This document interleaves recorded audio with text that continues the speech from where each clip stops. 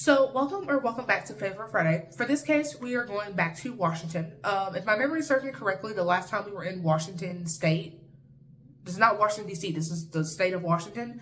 If my memory serves me correctly, the last time we were in Washington was for the Carnation Massacre that happened back in like 2007, and I covered that around Christmas because it was like on Christmas Eve. If memory serves me correctly, okay, I'm sorry. So basically, for today's case, this is not a Christmas related one. You know, it happens in Washington. Apparently it's like a good hour drive from Seattle. This is based out of Cedar Woolley. So anybody that's from there, I apologize in advance, but I've been wanting to cover this case for a while and I feel like it should definitely be talked about. So I'm gonna quit my rambling, give the story, and of course, as always, you guys give your thoughts down below. So we're gonna start off with Hannah. Hannah Grace Rose Williams was born on June 19th, 1997. It is said that she was sadly abandoned by her biological parents, so she winds up being raised in a Catholic orphanage, and apparently adopting kids from Ethiopia was like very common around the time she was adopted. So she would get adopted by this white couple named Larry and Carri Williams in the U.S. They already had 8 kids. 7 of them were biologically theirs that they had together, and then the other one was another kid they had adopted from Ethiopia that apparently was deaf, named Emmanuel, and he was born June 21st, 2001. And apparently Carri took American Sign Language back in college, so that's how she was going to be able to communicate with him, because obviously him being deaf, he has to be able to communicate somehow. So it doesn't say, I don't have a date of birth on Larry, but I have a date of birth on Carri. She was born December 19th, 1970. The two of them, it doesn't say when they met, but they would get married when she was like 19, so, you know, pretty young. Like I said, she did take American Sign Language in college with the hopes of becoming a sign language interpreter. Something I should have mentioned, like before I got into Larry and Carri, when Hannah came to the United States, apparently she had ringworms and hepatitis B and parasites. So unfortunately for these 9 kids, including Hannah, Emmanuel, and it doesn't list the other kids' names, I guess for legal reasons because they were minors. Unfortunately for them, Larry and Carri, they were using this book called To Train Up a Child. And apparently it's a very controversial book because it pretty much is like supporting child abuse, which, you know, we can't be having over here. And apparently there are other cases I'm going to cover in the future where the people that unalive the children, they were also referencing this book. So this will not be the last time you hear this book. So as you can imagine, 9 kids, I wouldn't think that you would get your own room. I guess unless like the people that adopted you are like hella rich and they could just afford everybody to have their own room. But they decided Hannah's not gonna get a room at all. So not even her own bed. She's gonna go sleep outside. She wasn't allowed to eat as punishment. She had to take showers outside. And when she, obviously because you're human, so you have to go sleep eventually, she was made to go sleep in a barn while all the other kids presumably are obviously in the house. And when she was allowed to eat, because obviously eventually you have to eat, otherwise you're gonna cause suspicion, you know, pretty much was leftovers from whatever they had, so like their little scraps, frozen vegetables, or sandwiches dipped in water. So Hannah pretty much was only allowed in the house when guests were over, because I guess like the guests they had like knew they adopted another kid, so it was gonna be suspicious if like Hannah wasn't in the house, but the other kids could be. So we're gonna make it like we all one happy family, but as soon as they leave, you're going back outside. The thing about Emmanuel is apparently he would use sound as like vibrations, because like I said, he's deaf, so he has to use his other senses to get around. No, like when one sense is taken away, you got your other senses. You gotta. So then I don't know how, but the couple does eventually realize this, and they would start beating Emmanuel's feet. And Carri would later go on to say that was actually a joke that they did that. So yes, we did do it, but we did it as a joke. So of course, like I said, Hannah being 13, this is around the time most girls start having like their first menstrual cycle.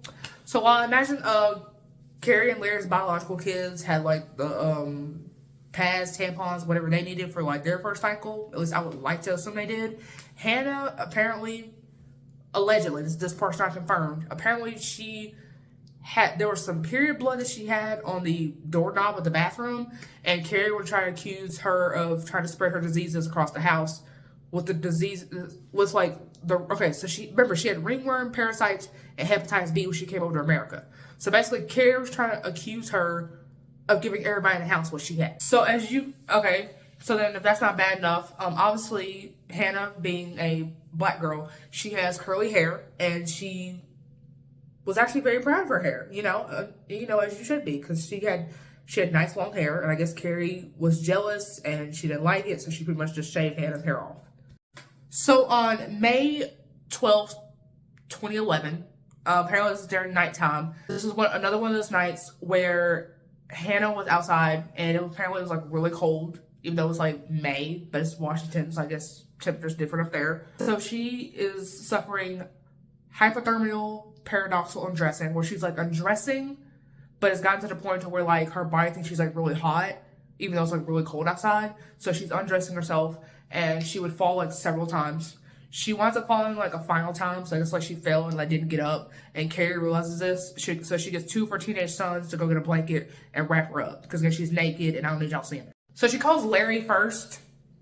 Doesn't say how long he was on the phone with Larry, but she calls Larry first, and then she calls 911, and she tells 911. First thing she tells 911 is, I think she killed herself. Oh my gosh, what's the name? What is the title? The operator, 911 operator, she'll be like, can you give CPR so we can save her? Because, she's 13, so, like, we don't need this child dying. And Carri apparently refused because there was mud on Hannah's mouth, because, like I said, she fell. So then, of course, while the kids are being questioned, they all say the same thing. Pretty much, like abused kids do. There's like a script. If you stay out of the script, they are going to make the abuse worse. So they're not trying to have the abuse be worse. So they're staying within script. Sorry, Hannah dies that same night at the hospital. So now that she's declared dead, CPS gets involved. And Larry refuses to let them in the house. So then CPS called police. And apparently, I guess the police eventually got in. Because, you can't. Somebody done died. So now the police got to get involved. Okay? So then Carri even had the audacity to make an in-memory post of Hannah. So then 2 months later, it doesn't say from who, but they eventually get a tip saying that y'all need to look at a manual, because the same way Hannah was being treated, that's how he's being treated. And that they don't even like the adopted kids as much as they like their own kids. But I guess they were doing it to make themselves look like good people. So then, of course, they both get arrested on $500,000 bond each. So she get $500,000, he got $500,000. And so Larry, when you know it, he was not allowed to communicate with his kids, but he would send them letters that had like Bible verses, which you would think, it's Bible verses, there's nothing wrong with it. Problem is, there was only certain words highlighted, and apparently it sent like a secret message. And that's how, and I assume obviously he got in trouble for that, because he was supposed to be talking to her anyway. So then Larry and Carri would try to say that Hannah was actually 16 and not 13, because apparently if they convince the court she's 16, the homicide by abuse charges would get dropped, because apparently under Washington law, the child had to be under 16. And Hannah's body was, of course, exhumed, and it proved her real age. And there's other sources saying that it was never verified whether she was 13 or 16, but she legally declared 13. So Emmanuel would be adopted by a black woman who's also deaf. And she would testify at the trial, because of course there's eventually a trial, that Emmanuel is understandably still traumatized, and that even though Carri is in jail, he does not understand that she's in jail, and he still feels that she can come out and get him at any time. So this boy is understandably still traumatized. So obviously, when you get buried, you obviously need a headstone. The Williams extended family paid for the headstone.